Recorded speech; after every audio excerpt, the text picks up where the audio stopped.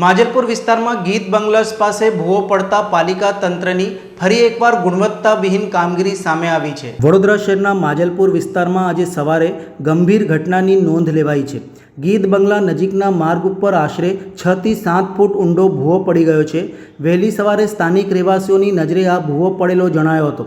ત્યારબાદ તાત્કાલિક પ્રજાજનોએ સતર્કતા દાખવી આસપાસનો વિસ્તાર કોર્ડન કરીને રસ્તો બંધ કર્યો છે, જેથી કોઈ દુર્ઘટના સર્જાય નહીં। આ ઘટનાથી ફરી એકવાર તંત્રની નિષ્ફળતા જાહેર થઈ છે।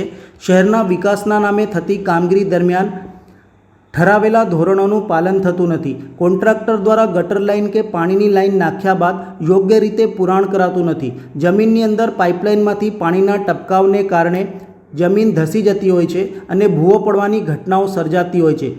વડોદરા શહેરમાં આ પ્રથમ ઘટના નથી। છેલ્લા કેટલાય સમયથી વડોદરાના અનેક વિસ્તારોમાં આવા ભૂવા પડવાની ઘટનાઓ નોંધાઈ રહી છે।